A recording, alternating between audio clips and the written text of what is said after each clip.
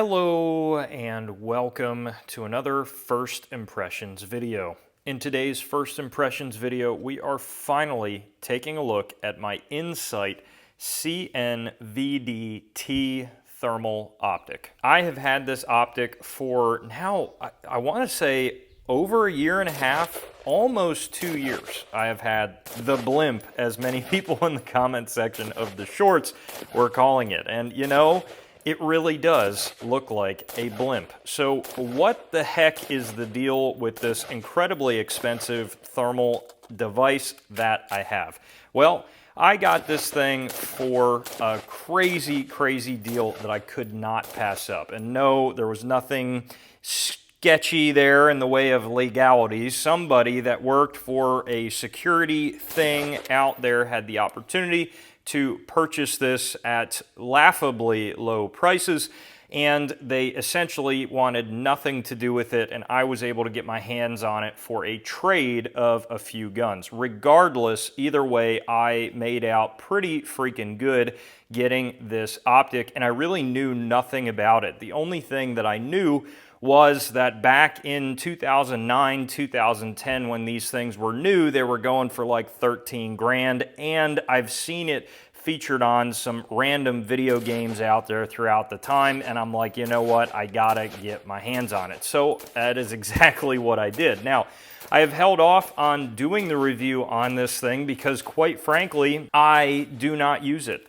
I think it would be probably a really nice hunting thermal for the most part, but then at the end of the day, what I've really been struggling with is the technology here from 2009. At the time was excellent. It was groundbreaking. This was kind of like top military technology in 2009.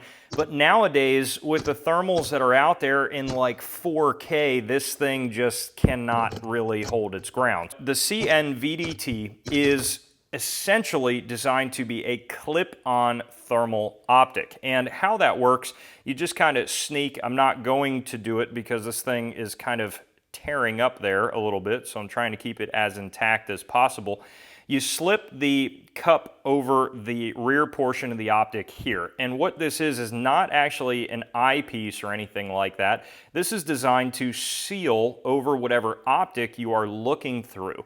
And how that works is it's essentially going to turn your optic, your standard magnified optic, into a thermal imaging optic. And that is how a clip-on is supposed to work. Now, I have actually not tried the clip-on feature with this yet. I've been primarily using it as a standalone thermal optic, and it's actually worked great in that position. But you guys are going to see a few different B-roll shots of the actual menu on the inside. You can turn the reticle on or off.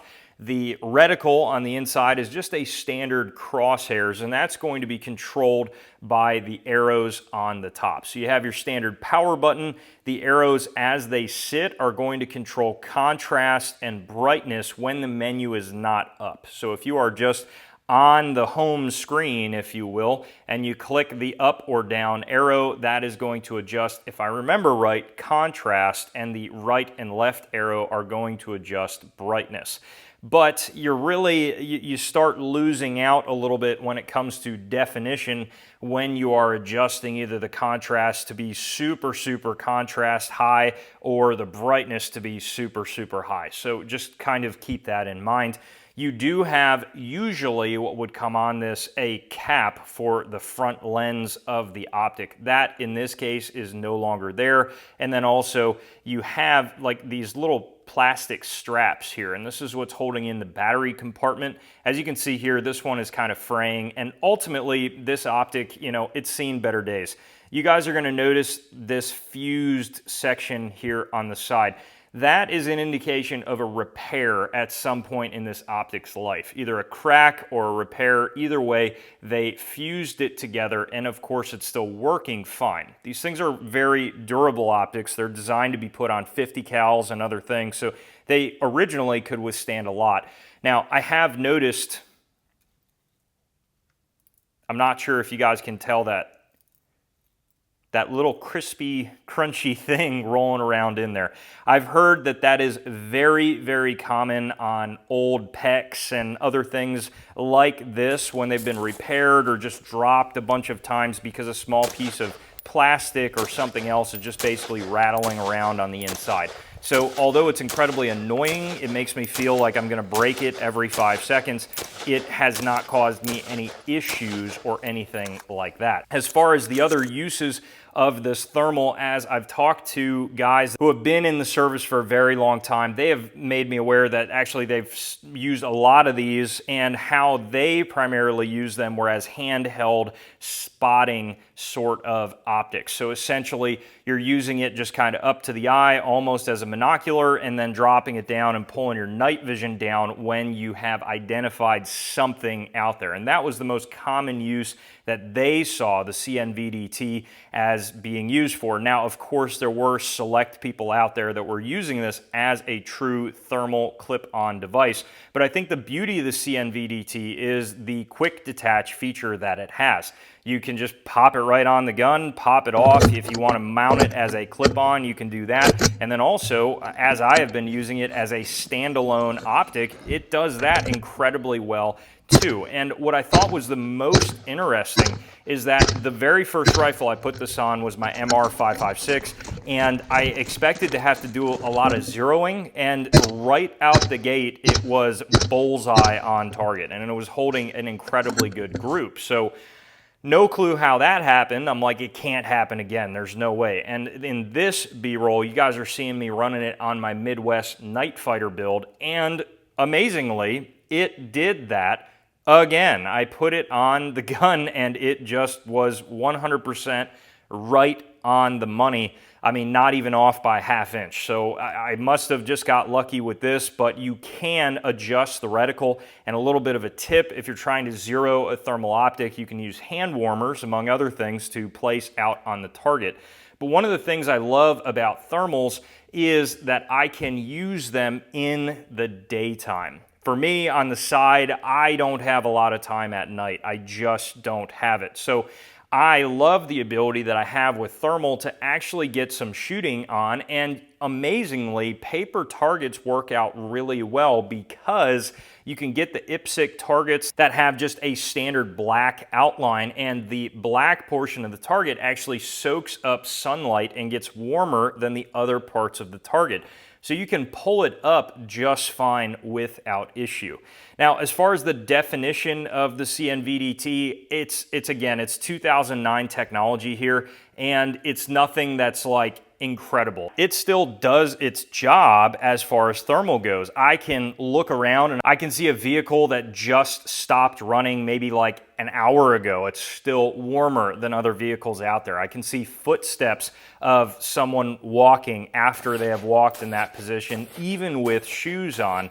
And, you know, again, I think in that aspect, it works really well. But I am not expecting any sort of incredible, crystal clear imaging out of a device like this. And, you know, if you go into it like that, it's still a very, very cool device. Now, I have noticed that although you do have a magnified setting, I believe it's 6 times, it stretches the pixels and it looks kind of terrible. So I would not recommend using that.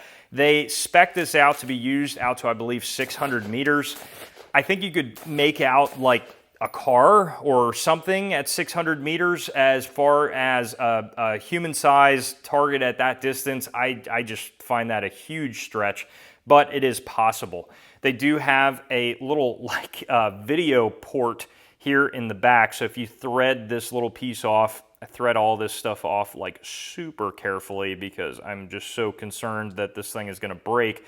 But you have a video out here, and to my understanding, that port there was designed so that it could be mounted like on top of a vehicle or on top of a mounted gun somewhere like that, so that you'd have off-site target acquisition with that, which is just freaking awesome. This runs off of 4 CR123A batteries, and the battery compartment is here. Now, like anything else, night vision or thermal, you really don't want to leave the batteries in this compartment, because if anything gets corroded or goes bad, it could kill the entire optic. But that is really, in a nutshell, what the CNVD-T is capable of and does.